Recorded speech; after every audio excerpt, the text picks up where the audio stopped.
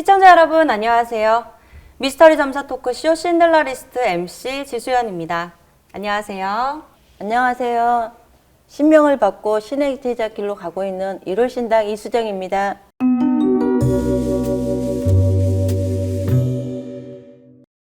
네, 안녕하세요. 하늘의 천명을 받고 신의 제자길을 가고 있는 천부삼신당 뱃산 장군입니다.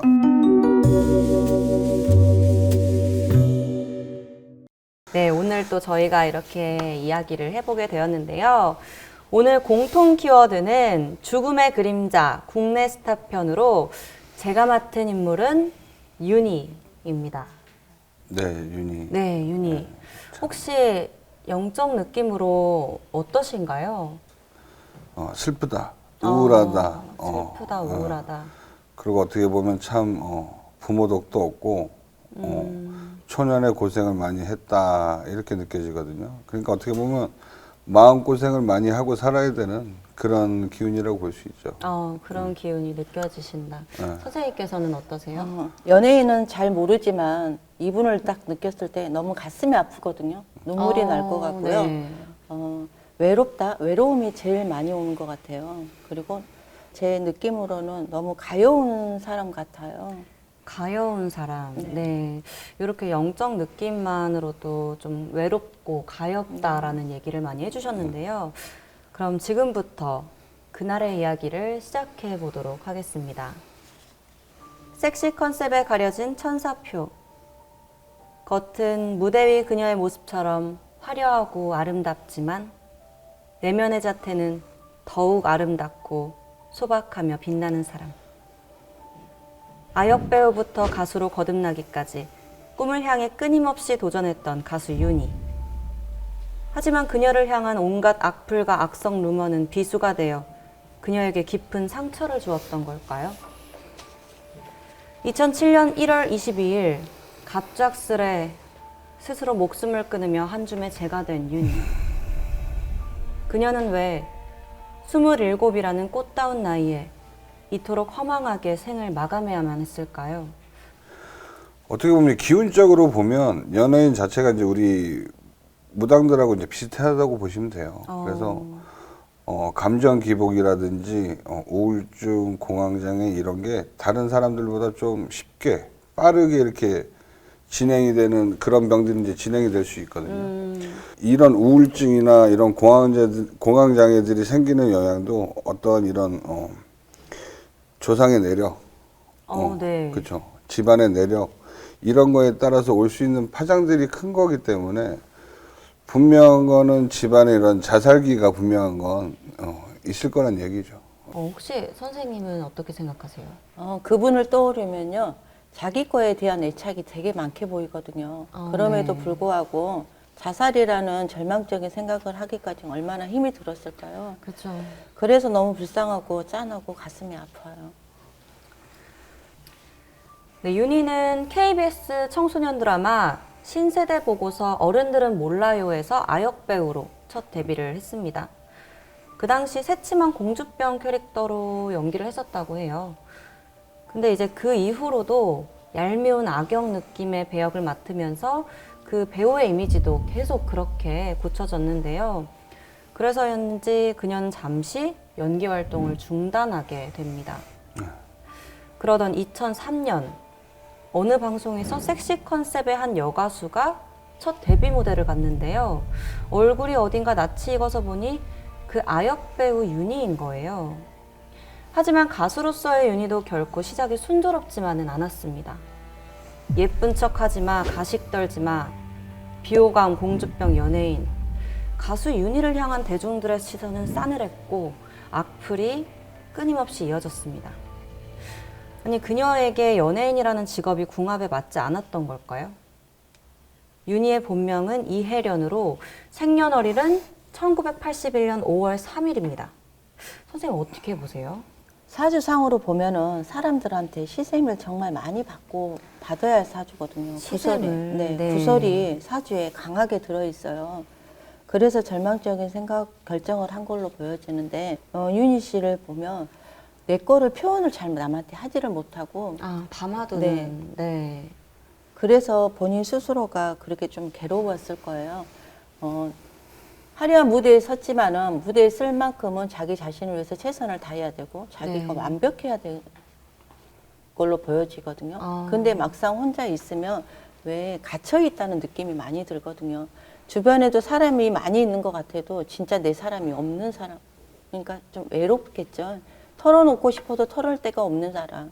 그래서 5월 3일이라는 생일을 딱 들었을 때 아, 너무 똑똑하고 왜 여러 가지 일을 할 수 있는 사람으로 보여지는데 다재다능한 네, 그런 네. 네. 그런데 사주에 너무 구설이 강하게 있다 보니까 구설이 강한 사주 네네. 그렇게 얘기해 주셨고요. 혹시 선생님께서는 어떻게 보셨어요? 네, 이제 본명은 이제 이해련인데 사주 기운을 이제 봤을 때 이 윤희 씨 같은 경우 이제 이상과 어떻게 보면 현실이 네. 좀 이제 맞지 않는 그런 이제 사주 기운이라고 볼 수 있어요. 그래서 연예인이 이제 잘 맞냐고 이제 여쭤보셨잖아요. 네네. 근데 기질은 재주가 어떻게 보면 많고 머리도 똑똑한 사람이라 예술적 재능은 타고난 재능이 있기 때문에 네. 연예인 사주 그러니까 연예인으로 풀어먹어도 되고 어떻게 보면 이제 전에 제가 말씀드렸다시피 이런 촉이나 직감이나 직성이 엄청 강한 그런 사주 기운이란 말이에요.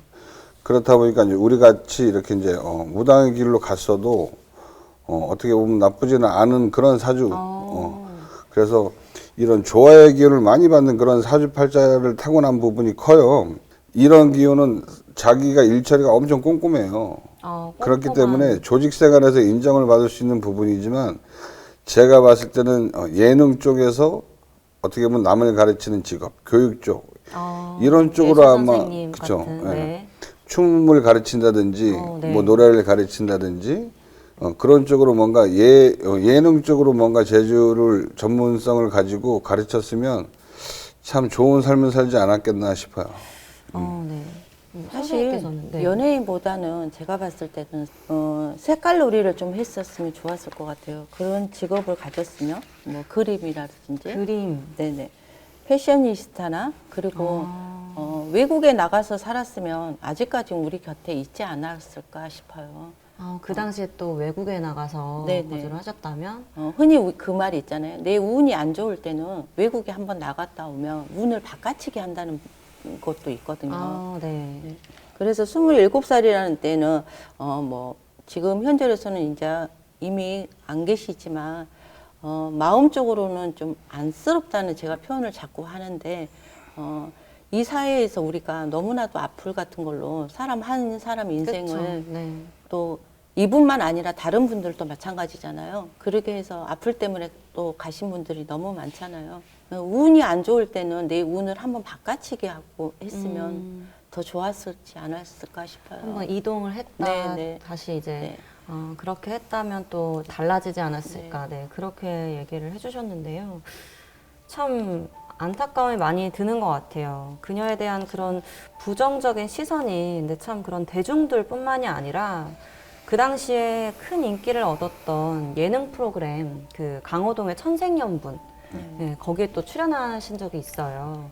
근데 거기에서 가수로서 인지도를 높이기 위해서 클럽 댄스도 추시기도 하면서 열심히 참여를 했는데 당시에 남성 출연자들의 인기 투표에서 한 표도 받지 못하는 굴욕을 겪기도 하고 또 김태희 생일 파티 팬미팅에 게스트로 초청됐다는 소식에 윤희가 그걸 왜 가냐 이런 것까지도 이제 악플로 몸매를 맞아야 됐는데 심지어 윤희가 김태희에게 무시를 당했다라는 찌라시까지 돌아서 김태희 소속사 측이 그걸 이제 해명하고 나서는 상황까지 발생을 했다고 해요.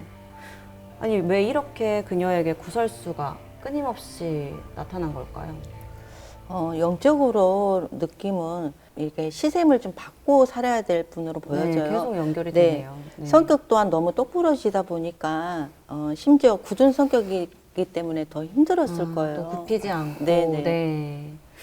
정말 윤희 씨는 그 당시에 다신 TV 나오지 마. 뭐 또 가슴 보여주러 나왔냐. 그냥 꼴 보기 싫다. 이런 식의 댓글이 개인 미니 홈피 방명록에 넘쳐났다고 해요. 얼마나 심했던지 그녀는 욕설을 피해달라, 악플에 상처받는다, 뭐 이렇게 부탁을 했는데 그런 악플은 멈춰지질 않았고 2집 활동 때는 성형시술을 한 얼굴을 보고 그 유니 씨의 아역 배우 시절 얼굴과 또 비교를 해가면서까지 악플을 달았다고 하는데요. 정말 이때 아까 말씀하셨던 것처럼 우울증이 극심하게 되면서 많이 힘들어 하셨을 것 같은데 이때 당시에 가장 그녀에게 필요했던 거는 무엇이었을까요? 또 그녀가 죽음에 이르지 않게 할 수 있었던 방법은 없었을까요? 윤희 씨가 말을 제대로 자기의 표현을 누구한테 이렇게 들어줄 수 있는 수가 있었으면 참 좋았을 건데 당사자는 본인 또한 강한 자존심 때문에 속내를 남한테 말을 털어놓지 않게 보이거든요. 그래서 본인 스스로가 풀리지 않는 끈을 계속 갖고 있으면 어떡해요. 가슴 속에 담다 엉망이 가지죠. 보니까 네. 그래서 본인 스스로가 그렇게 좀 잘못된 선택을 한 것 같아요.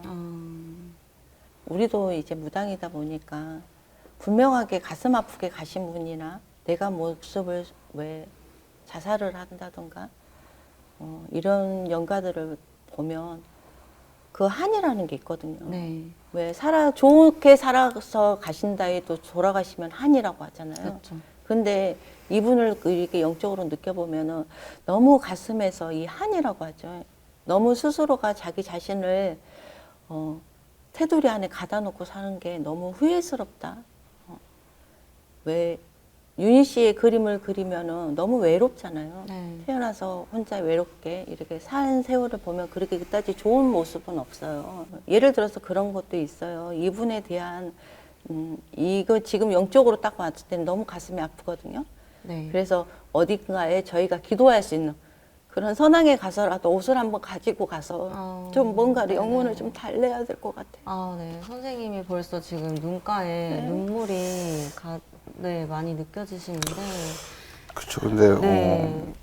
이제 그렇게 이제 한을 풀어주는 방법은 뭐 저희가 이제 당연히 해야 되는 건데 제가 느꼈을 때 이제 윤희 씨한테 가장 필요했던 거는 저는 그 주변 사람들이 너무 나쁜 사람들. 윤희 씨를 그렇게 몰고 간 게 아닌가. 그러니까 악플도 중요하지만 윤희 씨 주변에 쉽게 따져서 소속사라든지 그런 분들이 그거를 너무 윤희 씨한테 강요를 한 게 아닌가.